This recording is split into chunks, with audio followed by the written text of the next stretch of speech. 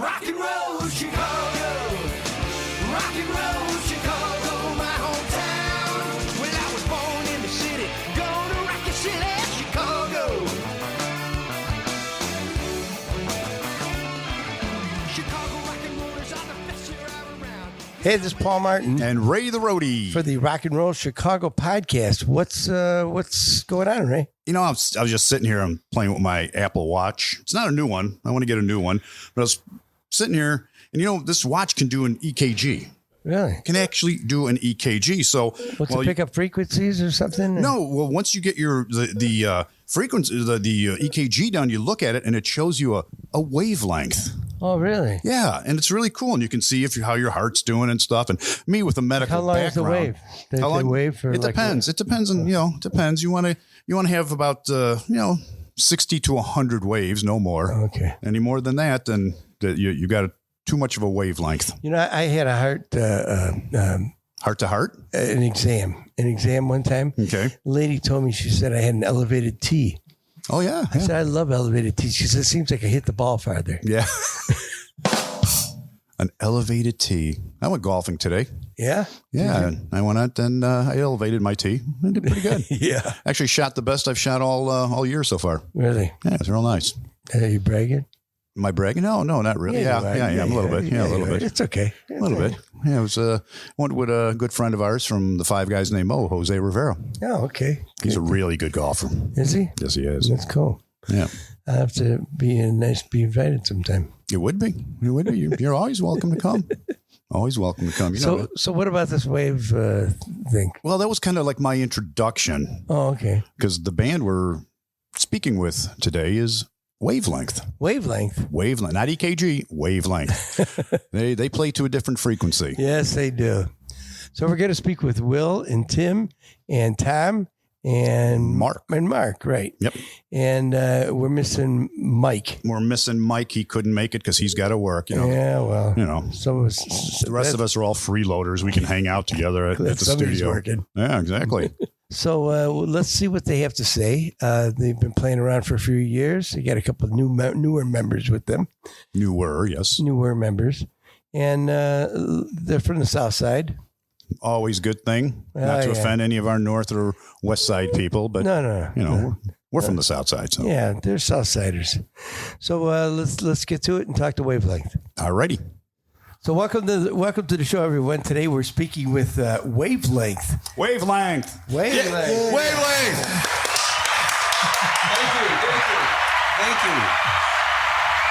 Thank you for coming. Goodbye. That sounds just like all the crowds we play for. But we're speaking with William and Tim and Tom and Mark, and who, we're missing one guy. Who are we missing? Mike. Michael, our percussionist. Yes, Michael P. Michael P. That's a drummer for all you people out there that don't know what a percussionist is. So tell us a little bit about the band. How did the band get started? How long have you been together? When did you get started? Okay. Tell us a little bit of the history. All right. Way back in the early mid 2000s, Tim and I ended up working at the same company. Okay, now you are William. I'm William. Just so people recognize the voice. William and Tim. We ended up working for this company out in Mokina, and of course, for some reason, we just kind of gravitated to each other, started talking. Found out that I play keyboards and he plays guitar. Well, a little bit later, an old friend of mine brought me out of retirement to play keyboards for their band, a band called Club 44. They were around for a number of years. And every time I did a gig, I'd come back and Tim would go, "I hate you. I'm jealous. I hate you." I haven't played in many years, and I wanted to play. Yeah, sure. Once you get it in your blood, of course. Exactly. Yeah. Well, anyways, Club 44 went their way, and I walked into work one day and went, "All right, Tim, time for us." So this had to be 2009, 8, Yeah, it was right around there. Yeah, it was a while. And so the two of us, we got a bunch of audition songs together that we could play, and we started trying to find people, and we went through a number of different iterations.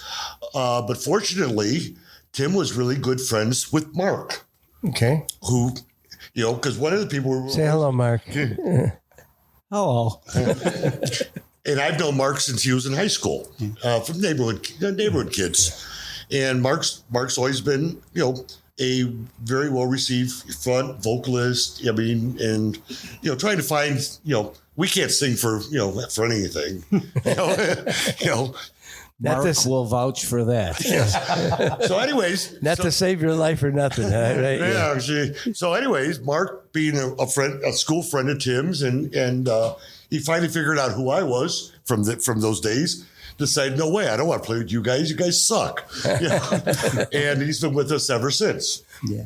And we've gone through a number of rhythm sections. And 2 years ago, Tom joined us. Okay.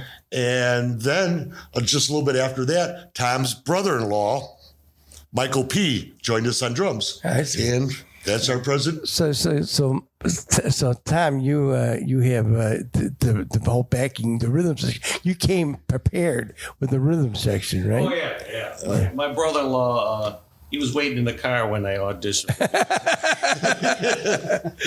Yeah. So that was great. Play with someone. I've been playing with Mike since we were both in high school. So way back then. Yeah. So we knew each other really well. I'm married to his sister, so I know him that way too. Okay. Yeah. So now, you were married to his sister though back in high school, were you? So I see. I getting us whole feel for Pretty close for what happened. Yeah, they're long timers. Yeah. Yep. She was still in high school. No, she had just graduated from high school, and I was out a couple of years. So but it goes way back. We've been married 41 years. God bless you. Good for you. Congratulations. Cool. Yeah, so actually, what really happened is here's the truth. Tell us the story, Mark. Playing with Will and Tim, we lost the drummer and bass player, so I just happened to make a suggestion for Tom joining the band as playing bass, and his brother-in-law, Mike, and I go way back to the early 80s. We played together in a band called The Heat. So, Mike and I have years and years of history together. And so it was an easy fit. Easy. And don't forget the fact that we were playing a reunion gig, high school reunion gig. Yeah. And our drummer at the time was having some health problems, and his legs and stuff were starting to give out right in the middle of the show, and he couldn't play anymore. So Mike was just happened to be out in the audience, and we said, "Mike, come on up and sit in with us." And that was his audition in front of about 300 people. Yeah. He walked up code, and we don't really play stuff that you just could jam on, and he nailed it for the rest of the show. Right. And it worked out very well. But never thinking that, somewhere in the future, this guy was going to actually be with us. Had he seen you before and knew? No? No, it was the first time he actually saw that lineup of that band before. But like I said, I mean, him and I go back, 40 years. So it's he knew if I was in the band that he wasn't going to be joining a bunch of nitwits. So he was wrong.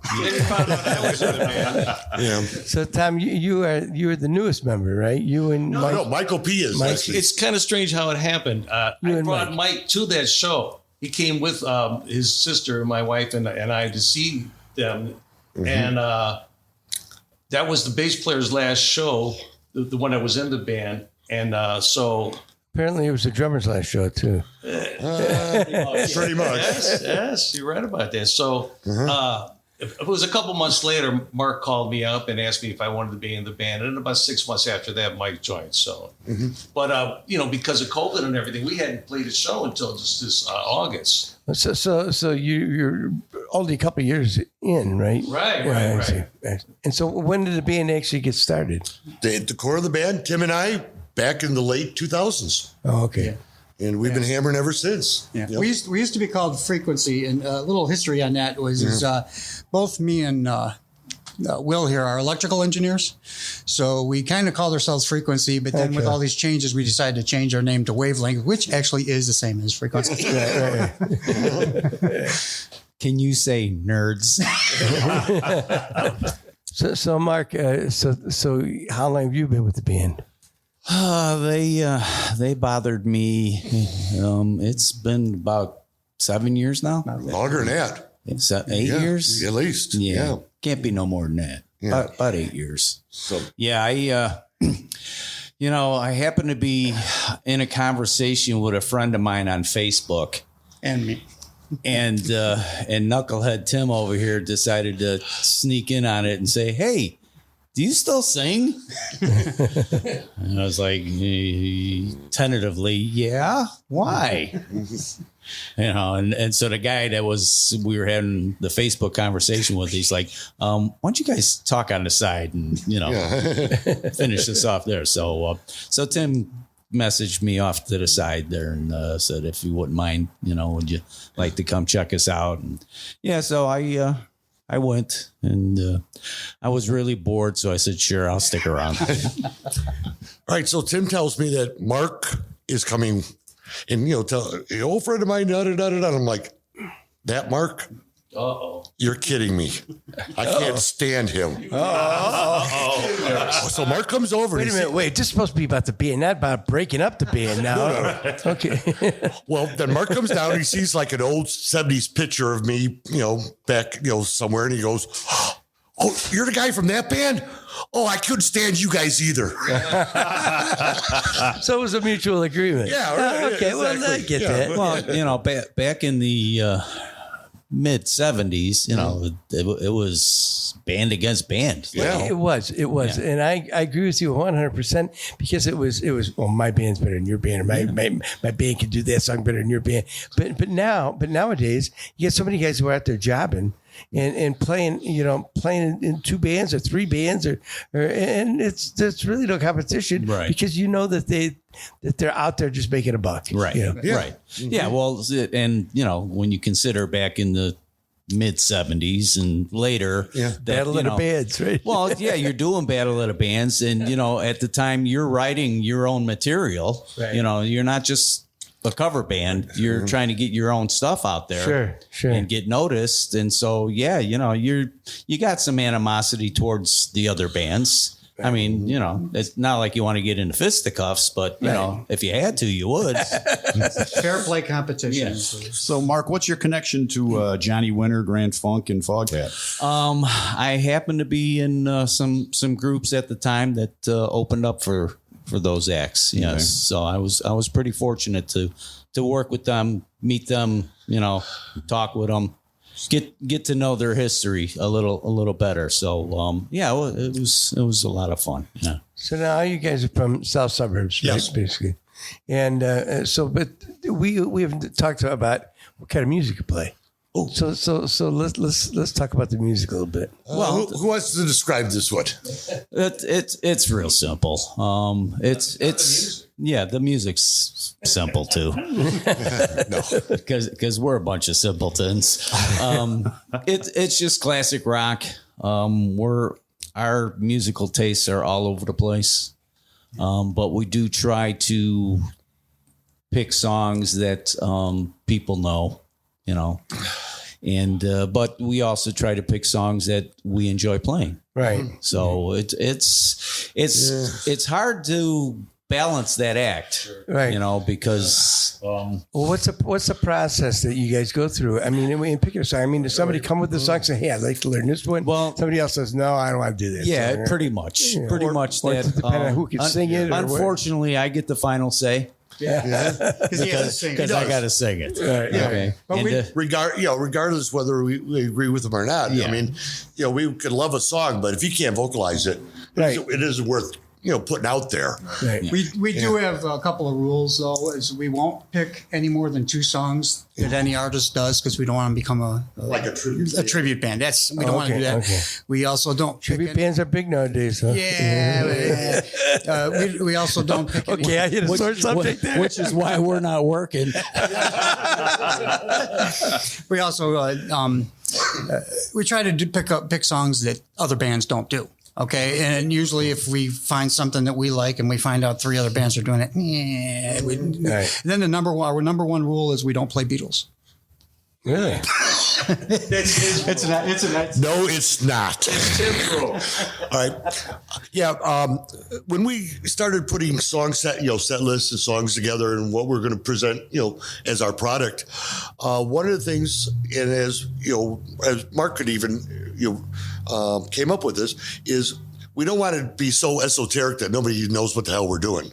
Right. But the other half is we want to be one of these, oh, wow, I haven't heard that song in blah, blah, blah. And I really liked it. Right. And like we played last Sunday, and we got a lot of that. Like people were just like, wow, I haven't heard that song in ages. And, Right. da-da-da-da-da, and they're singing along with it. Right. So, I haven't heard a band play that song before. Yeah. Right. So, Yeah, exactly. Because Yeah. everybody does the Bon Jovi and that type of stuff, and which is fine. Everybody likes that stuff, but we try to avoid it. but in some of the, The chicks dig it. yeah, I know. How far back you go? What's that? How far back you go? Your set list. Oh, we'll go all the way down all the way down in the 60s. Yeah, We had a couple Badfinger songs. Yeah, do a couple Badfingers, Sugarloaf. We hit pretty much, like the early mid 70s stuff. Of course, Deep Purple. Right. And we do some current stuff too. We do Yeah. like a bit like Or somewhere close. do something like Dada. A lot of people haven't heard it. They did. Well, when they hear it, they remember it. Yeah. And Black Keys and things like that. White Reaper. Yes. Ooh, yes. Yeah. I haven't heard of them. Yeah. Is that the one you don't fear? Yeah. Oh, I wish. There's no cowbell on that one either. But I see you all play cowbell. Yes. Who would ever think you get 5 guys together that can all play cowbell? Right. Well, they had to It's teach for an me. encore. Oh, did you? Oh, yeah. Yeah. Are you still using the music stand and watching? Yeah. I couldn't even dance around and get the belly moving now. A couple of years ago, I don't know who. Somebody gave him a present, and it's this little Little cowbell teeny. So I got this little itty bitty cowbell with the little itty bitty jump drumstick that can play cowbell. Is it acoustic or electric? It's annoying.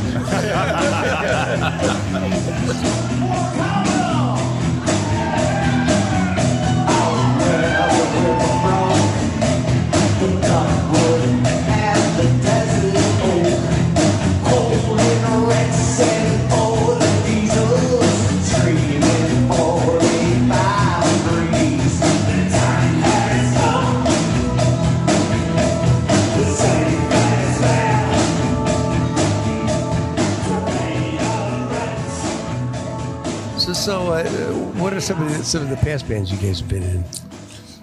Well, me myself, I played with a band for many years called Afterglow. That would be Tim, the guitarist. That would be me, the guitarist. Yes, I played with a band called Afterglow. We did the circuit around Chicago. I think we played with the Kingsmen once. Louie. That Right. Is that a Genesis cover band? Well, yeah, we did kind of do a lot. It was a cover band too, and we did do a lot of Genesis stuff. But it was fun. It was fun. We eventually kind of went our own separate ways, and everybody's doing their own thing now. So, and I kind of went off. I didn't do any music for a while. That's when we got together. I was doing some other small band stuff, but then we started this one. Right. When you were with Afterglow, did your opening band, was that Climax or? That sounds familiar. Yeah. Well, we had a female singer. That was You're such a jokester. My mind's always working, Paul. yeah. That's too bad. Feel the love with us too. This is William again. I'm a keyboardist, and that's about all I know how to do. And sometimes, you play cowbell. That's questionable. You play mini cowbell. Yeah, the mini cowbell. Way back when, we're in a number of four piece, guitar, bass, drums, and me. Kind of heavy, loud, copy bands, but then we're doing a lot of, Purple and Uriah Heep and stuff like that throughout the 70s. We called ourselves SRO. Oh, okay. And then when that finally went, Standing room only. well, Is that really? not really. When people would come up and go, well, that's kind of neat, we go, no, suck rotten oysters. But when that went its way, then myself and the guitar player, we Actually hooked up then with an old friend a little bit before we turned the mics on. An old friend from high school and pre-college, Bob Moreta, who also brought in his friend, Jose Rivera, for a number of years. In the late 70s, early 80s, it was called Willie Cash and the Prophets. And finally, in about like 82, I had to quit that. And work was getting too intense, family too intense. I had little kids, and that was it. And I didn't do anything from about 82 until about the mid 90s, where some of the old band members from there, we started writing a musical about having kids and all that. And it was actually going to be funded and put on at Roosevelt University. The funding was coming from the two building developers. That guy Kunin or whatever, he killed one of them and stole his car. Oh yeah. And went down and then killed Versace. There's an idea for me. Right. Yeah, really. Well, anyways, the guy that was going to fund us ended up getting, that was it, and that was the end of that. That must have been fun, though. I mean, it was kind of interesting. I mean, the Roosevelt University, like their drama department at the time, they were going to actually take our thing and actually turn it into a whole production and whatever and everything. Was it a rock musical? Yeah. And it went through all sorts of rock and roll stuff to, a little bit of loud, crunchy stuff to, my God, I think I even, wrote a bebop stuff in there and, and some really sweet, nice, sweet songs and all that and lullabies and whatever. And it turned out it was kind of cool. But after that, it was, it just never happened. No, just never happened. Do you still have all the music and everything that I don't even know how to play it anymore. Yeah. I mean, we never scored it, but I've got all the lyrics. He didn't know how to play it then. Oh yeah, really. So. And then, like I said, so basically I was in retirement for a number of while until, this Club 44 pulled me out. And then I played with them for a little bit until they kind of imploded. And that was the end of that. Then ended up with Tim. And what about you? Tom? Tom? Oh, okay. Tom, you still here? Yeah. So I haven't really played in a band since I was in my 20s. I played in a couple bands with the guy who's the drummer now, Mike. We played, mostly all we did was battles of the bands at the Bremen Town Mall. Mm-hmm. So we did 3 years of that. And then I was in a band with, he goes by the name Larry Dean now. He has his band called Trident. It's a Christian metal band. At the time, we weren't a Christian metal band, but I was in a band with him and he was doing some recording. And then I found I was having a son. So I said, I don't want to get that involved in a band. And he was paying for all the recording and everything. So I felt bad.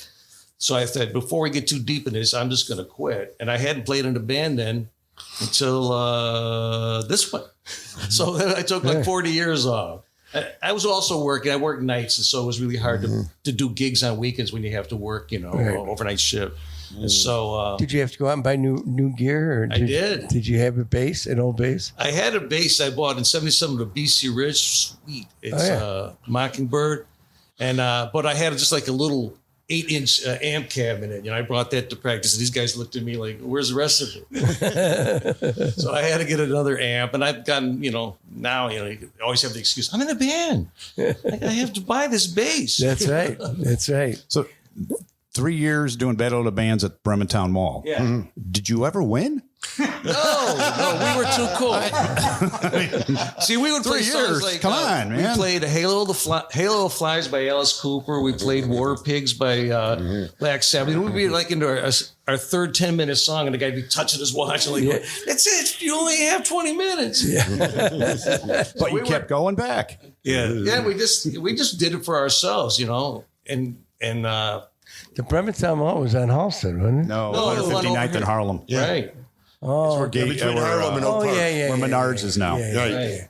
Any voices here? Did anybody else play a Battle of the Bands at Bremerton? No, we were playing clubs by then. Oh, okay. Well, I would just go there and watch you. Yeah, you never said anything to you, but yeah. That's actually where I learned how to play guitar. There was a little music. That's music same place. there. That's A where I guy bought named my Tom, bass. big beard. There was, I remember that. Yeah. On the bars. I learned. That's where I learned how to play. He gave me my first real bass lesson. Yeah, nice guy, real good guy. I had this guy him and his Ernie, brother. and Well, the first thing he did, he taught me, he goes, "You got a pick?" I go, "Yeah." He goes, takes it from me, throws it in the garbage. Nice. Then he shows me a bass line. He goes, doom, doom, doom, doom, doom, doom. And he brings out an acoustic guitar. And this guy never played a bass with me for all my bass lessons. So I didn't learn anything. And about 6 months in, Tom DeVar is the guy that owned Bremen Music there, Bremertown Music. He taught me how to tune. You know, this is 6 months in, I didn't know how to tune. Taught me how to tune, and he gave me my first real lesson. So that guy was pretty cool. He taught you too, huh? Excellent. Well, the actual teacher that taught me, his name was Casey Jones. Really good guitar player. Not the same Casey Jones. Not the same. Not the engineer. Not the engineer. The engineer. No, he was a really Watch your good, speed.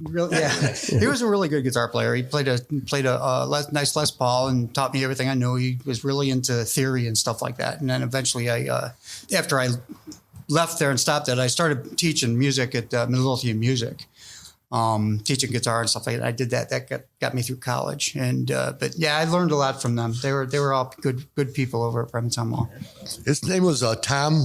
Tom DeVar. Yeah. Yeah, I was trying to. I have a Tom story. Oh, yeah. Which is kind of a little on the funny side. Okay. All right. Should we check with our attorneys or? No, that's all right. Tom somehow was involved in some gig somewhere. It was on Wolf Road. That's all I remember. And this is during my SRO days. And he asked if we would play this gig with this other band. All right. And we're like, okay, fine. He goes, you need to do a favor for me. What is it? Well, after you unload your equipment, you got to take your truck and pick up a popcorn machine. On wheels. And Yeah. So after we got done unloading all our equipment out of our truck, we ended up going somewhere and picking up the stupid popcorn machine for him. That's the only reason he wanted you to play, right? Yeah, got to pick up popcorn machines. And nobody else to pick up his popcorn machine. Yeah, nobody would. So we ended up, playing, and then the second band came on. They ended up playing, and then nobody wanted to leave, so we all ended up playing together, the whole bunch of us. Right. It was kind of fun. How was garage band days? Like, we're both, club season bands, but still, it's kind of fun. It's like getting everybody get a bunch of guys get together. And just hey guys, you play this, play that, and it was a lot of fun. That actually started, it was a 2-story place, and everybody was upstairs on the second floor with the bands, and downstairs was the bar and all that. So we got done playing, I went down, and me and my guitar player were sitting at the bar. And all of a sudden, we hear all this trashing going on upstairs. We go up there, and it's our drummer on their kit. It was all Tom's fault. How was the popcorn? Yeah, was it? I do not know. All right, Mark. What? I got lost in the popcorn. Yeah, the popcorn took me. The popcorn machine. Well, I don't think we got that much time, do we? I've been around a long time, guys. Been doing this since I was 13 years old. So, the number of bands that I've been in. Maybe it's easy to name the bands you haven't been in. Well, But this band is your last one, right? This isn't this. oh yeah, after this I'm done. Put me in the box. So you sing and play keys too? Is that I understand? I sing, play keys, little guitar, some harmonica, some cowbell. and cowbell. yeah, cowbell. Yes, absolutely cowbell. But so my first band, my first paying gig, I was in 8th grade, and I happened to play my 8th grade graduation dance. Wow. So, it just so happened that I was going out with the class president, and she pulled some strings and squeezed my band in. Nice. Well, problem being, we only knew 10 songs. They do them over and over again. So we played the same 10 songs for 2.5 hours. Did it get better? No. But they paid us $50. So in 1973, that was some good change that wasn't too bad. For us 8th graders. You got $50 for that? Yeah, we got $50. Where can we sign up? Yeah. In fact, if not each, William. So for the whole band. in fact, somebody posted, I don't know, some time ago on Facebook, our graduation itinerary and stuff. And so the band that was supposed to play was called Zeus, and they got bumped for us. And they were a pretty big band at the time. That was with Neil Holmquist on drums and some real big characters at the time. Eighth graders. No, they weren't eighth graders. But yeah, you know, just because I was dating the class president, she said, I want these guys instead.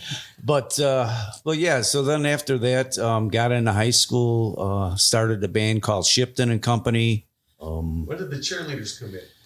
The cheerleaders? Yeah. Can we not mention that? Oh, sorry. Okay.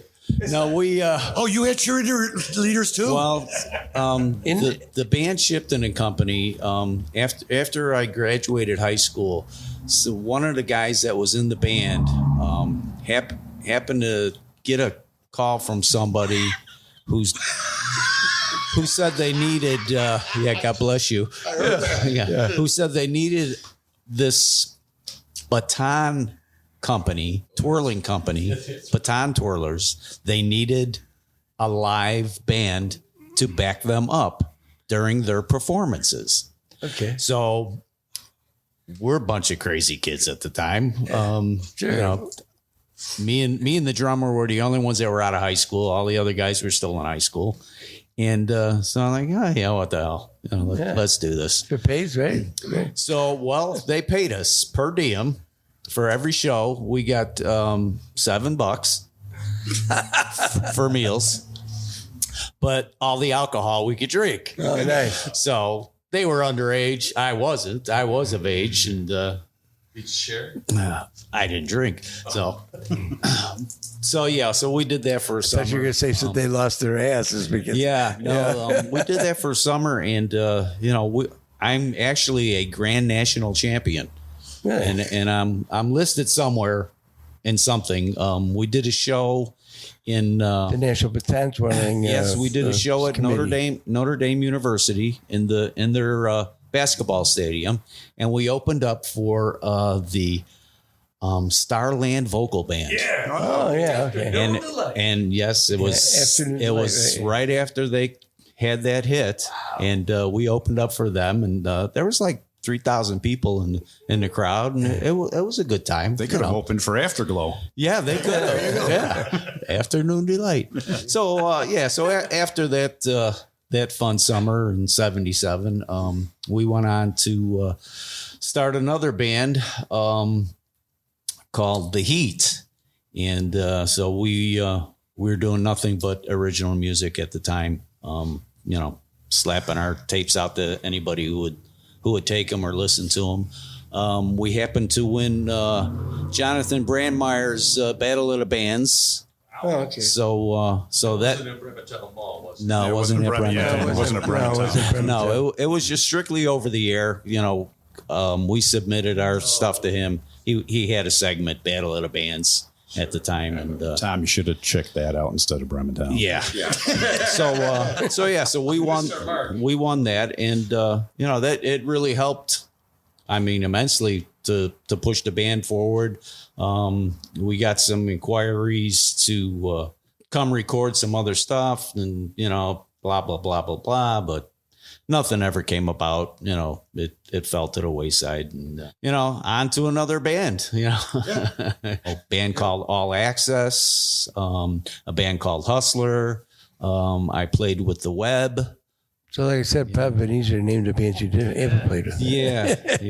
So, but yeah, I mean, that experience with the Heat, like I said, because we got the big push from Brandmeier, we were opening up for headline acts. Well, at the time, there was nobody bigger than Brandmeier. I mean, and this was mid '80s, right? So right, and I know that just him behind something or pushing something is. Yeah. Well, we Buzz Killman, we stole a quote from him. And so all our promo that we used to put in the Entertainer and wherever else we advertised, it used to say, "Come see the Heat. Buzz Killman says chicks dig the heat." That's perfect. Because that's who pushed us over the the top with winning the Battle of the Bands was the women calling in. You know? Right. So chicks dig the heat. That's funny. Yeah.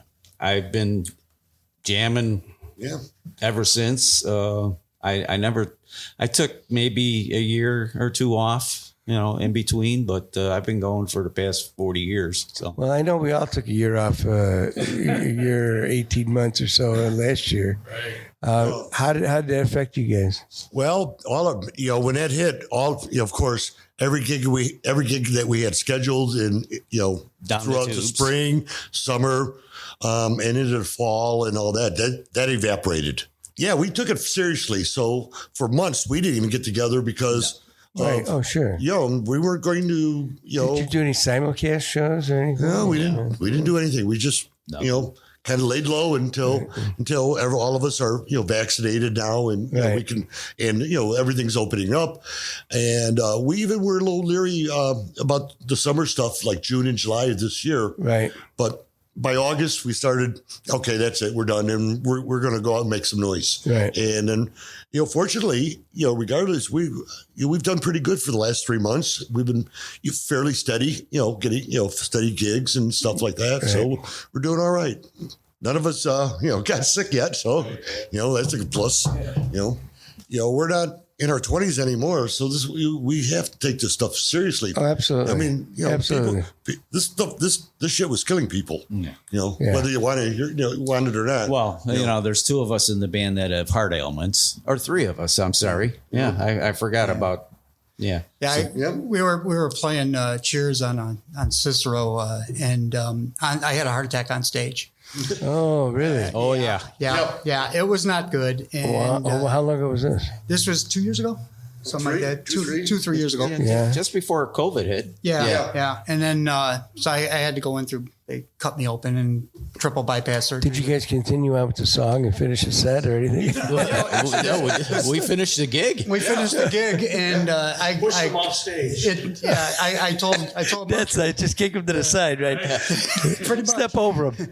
I told Mark. I said, "Dude, I can't carry any equipment, man. I'm done." And because I really didn't know what was going on. And then over the next couple of days, things were getting really bad. And then I went into the hospital and blah blah blah. I got admitted and stuff, but so then when we were going through some changes in the band during right at the beginning of the COVID, and then unfortunately I had another health issue that I had to deal with, and so that's another reason why we kind of backed off a little bit. Mm-hmm. But everything's good. We're back in. You're good now. I'm good now. We're good. Ready to jam. Mark, you said that you had an original band back in the days. Anybody else do anything originally? Anybody write? Well, like I mentioned earlier, we did the musical thing. Right. But before Tim and I really started hitting the, classic rock band thing and all that, I spent a number of years in the independent music community, writing songs, adding keyboards to other people's material. I'm on, a number of CDs. I kind of backed away from that. It seems like you're making music for other musicians and it still doesn't get out anywhere. Even though these people really, there's some awesome material out there by independent people. There's limited marketing for them. You could talk about YouTube or put it on here, put it there, but still, it isn't like getting, radio promotion. Right. And there's some people that I've come across and even played with, not just, doing rock or this or that, but, ambient stuff. I've been on some, I actually got to be able to play jazz stuff and all that, do some jazz Hammond and things of that sort. And even Tim and I did a couple, like independent songs together before we started doing the band thing. It's just the record company. There's no record companies out there. You do it yourself. Right. You buy, if you're going to put out you get it on Spotify or something, but you can put it on there and you make smittens, nothing. Fraction of pennies, whatever. And there's still old friends from that era that still think that they're, it's going to happen. And, I don't know. So, my whole area where we practice now was originally a home studio. So I could actually do music and all that. And I still maintain my personal website with my, homegrown stuff on it, I guess, and kind of really, backed away from that. And any plans of playing any original music? That It's kind of funny, but Tim and I were talking about that on the way up. The one thing that we kind of talked about.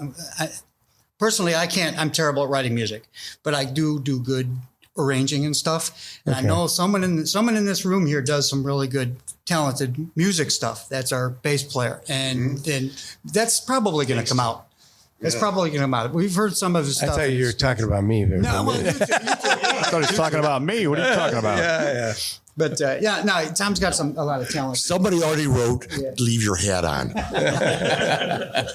So that I'm sure that's probably going to be in our future. Yeah, I mean, if the biggest thing about it is there isn't really a playing market for that stuff. You go to someplace, say, "Oh yeah, we play original music." Oh no, we want stuff people would know, and that's the end of it. Right. Well, especially not for a bunch of 60-year-olds. Right. Okay. Usually, sometimes Who are you going to play to? Right. you can take some of those originals and intermix them with You throw one or two in there, and then they say, "Who was that did that?" I knew that. I heard him on the radio. I've heard that before. Oh, God, I heard that years ago. Yeah. You can't even hand out CDs with your stuff on it anymore because nobody has a CD player. Right. They want MP3s on a thumb drive. Yeah, on a thumb drive. Thumb drive, right? Exactly. But even then, online they're selling them 99 cents a download. Somebody's making money when the band's making a quarter of a penny. Right. I've been on some private projects the last couple of years with some old friends of mine. Don't you worry about it. And I walking in the studio, and you see all these bands that are up on this, on the engineers' walls, and I'm like, I mean, there's hundreds of, all these independent bands out there, dying to get picked up by somebody, and you listen to the stuff and you're like, okay, I can see why you're still on the wall. Right. But Maybe they should head over to Bremerton Mall. yeah, there you go. They'd have just as much luck. Yeah. I told myself a long time ago, when I hit 35, I was going to get out of writing original material. Are you still planning on doing that? Yes. When you're 35? Yes. Yeah. I'm starting to go backwards. I mean, if these guys wanted to write some original material, God bless them. I mean, I don't know where it would go or what it would do. So You wouldn't sing. no, you can't. Now, the nice thing about it is if you do it, it would be, we're all over 60. We're not going to be rock stars. We'd be doing it for fun. Mm-hmm. And hopefully for the audience would enjoy it too. Right. For charity. For charity. Yeah. Our charity. For the kids. Empty pockets. That's why I do this podcast. Yeah. I'm becoming a millionaire. Exactly. Sure you are. You are? I wish. You are? Oh, wait a minute. Share the wealth, dude. So I got to ask you, Tim, what kind of guitar you play? I have a couple of them. I have a American Fender Strat 92. That's one I played this weekend. I haven't played it on stage in a long time, and he was. I've been busting his balls about pulling it out. I don't know, what he was waiting for. Yeah. And his balls. This is a family show. That's the after shot. Yeah. So and then I got two Ibanez's. I got a Ibanez JS 1000, which is a Joe Satriani thing. That I don't really put on stage too much. It was too much money. Then I got an S series Ibanez, and then my last guitar is a really old one. It's an old Guild SD. Really? Yeah, it's an old Guild. I bought it from Tom at the music store.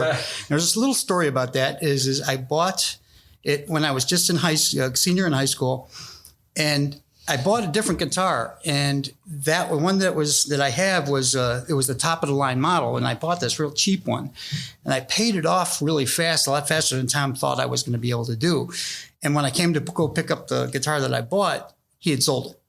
And I'm like, so what do you do? And he gave me the top of the line one, just at the same price and everything like that. And I still have that guitar today. And nice. It's just it's one of those sweet deals that rarely happens. Yeah. And it's like going to a garage sale and finding that 59 Les Paul there, Exactly. That the woman wants to sell for $50. I don't know why. I want to get rid of this, Well, the case is a little dirty. Yeah. I'll give I'll you give 40. Yeah. I'll give her. Yeah. So out of all my guitars, that one's I'm still hoping for that too. It's the sweetest one to play. I just love playing that guitar. That's what you learned on. That's the one I learned on. Yeah. So, what kind of gigs you got coming up? Anything? Any special gigs coming up? Any place? The black. We have. We're playing out. The end of this month on the 23rd, we're playing down in Mantino at the Back 40. That's the October 23rd. At the Mental Health Center. Yeah, really. It's October 23rd, right? Yes. Yeah, okay. All right. And about a month ago, whatever, we played 2 doors down at Copeland's on the same street. So you know where you're going. Oh, yes. Yeah, we do. We are all in our 60s, you say. They have more parking down there in Mantino than in Joliet. I've been canvassing, trying to get somebody to want to pay us for November 6th, the first weekend in November, but I'm not having much luck lately. I do a lot of the bookings and stuff. And He does all the bookings. no, I do not. There usually is one guy in every band who takes care of all the bookings. I'm fully retired and I have nothing better to do, so why not? We won't go into any of that stuff. Somebody's got to do it. But I do a lot of, I take care of a lot of the management, management part aspects of things and trying to keep everybody, kind of focused, but which is tough because these guys all think they're comedians, except Mark. And then after, we're going to have to go on hiatus for a little bit. Michael P., our drummer, is going in for some kind of surgery, spinal surgery or something on his neck. Spinal tap. Yeah, spinal tap. So I'll be back out then, maybe mid-January or February, starting, trying to book us up through to the spring. Perfect time to write some original stuff. There you go. Our first song is going to be named Bremerton Mall. Yes. There you go. I like it. I lost at Bremerton Mall. I think it's a hit right there. At least on the south side. I'm going to be local. So how do we go about finding you guys on the internet or on Facebook or? We have a website called wavelengthchicago.com. We try to keep it updated as much as we can. It has fallen behind in the past, and we have a calendar up there that shows where we're playing in the future and stuff. And then we also have a Facebook page, which he pretty much manages. Instagram too. Yep. On Facebook, Facebook and Instagram under Wavelength Chicago. I try to, I do the Facebook page. So when everybody sends me pictures and photos and videos and God knows what else, I try to plaster it all over the place. Right. Of course, you got to keep the name out there. Oh yeah. Well, then you got to pay for the event stuff. So, I pretty much pay for that. Anytime we try advertise through Facebook on the their advertising event mechanism and all that. Right. People think it's free. No, you pay for that stuff. Yeah. It costs money. Well, we thank you guys for coming in today and thanks a lot. And talking about. Well, we talked some more. Well, one thing I'd like to say, before we close, is all through the lockdown, all you heard is, we're locked down. We can't wait for live music to come back. We can't wait for live music to come back. All right. Well, live music is back. So anybody who's within earshot of this, go out and enjoy it. Don't just sit there and go, I can't do it. No, because eventually, if nobody shows up at the gigs, we're not going to get paid, and that'll be the end of that. And you can go put on your MP3s, and that'll be the end of it. I've seen too many clubs already shutting down or not. They're gone. One of our favorite clubs was Cheers. We played there at least 3, if not 4 times a year. Right. They're gone. Right. No more big stage there, and that's it. Slapshots. Right. They used to host bands. Now all they do is DJ shit. Other places have gone down. They're trying to come up and then they disappear. So people support your local musicians. Yeah, live music's where it's at. Yeah. Otherwise, it will be gone. Yes. Yes. And if you can't get live music, listen to our podcast. Absolutely. In the meantime, go out and see Wavelength. Yeah. Thank you. Yeah, come out and see Wavelength. They're a lot of fun. Yes. They're a different kind of frequency. Yeah. I like that. oh wait, It's our new, what was our original logo? It was Gramps with amps. Oh, yeah. And our poster moniker stuff is classic rock with a difference. Yeah. Because we're all different. We are believe me. different. Well, thank you guys for coming out and thank you. Thank you very much joining for us having today, Thanks for and wish you the best of luck with in the future with the band, and get some people out there and go out there and see Wavelength. Well, I'll be keeping an eye out for the noodles. I'll come out. Yes. All right. Absolutely. Yeah. It's a pleasure. Thank you very much. No problem. Thank you. Yes. Thanks.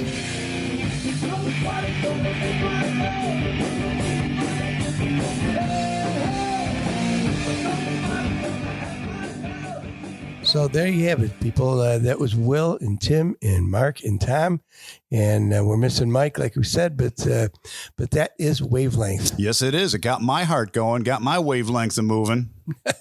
It did. It did. Yeah, they're fun guys. We had a fun time talking with them. Yes, we did. And I really wish Brementown Mall was still around. I'd go there. Yeah. Yeah. What's there now? What was it? Oh, Menards. It's a home improvement, a home improvement store that does not pay for sponsorship on the Rock and Roll Chicago podcast, but it's a home improvement center. I see. A big box store. A big box store, yes. But I don't think they're having Battle of the Bands there anymore, but that would be cool. Now, what was the mall? I was thinking of the one on Halstead where the other big box store is with the initials HD.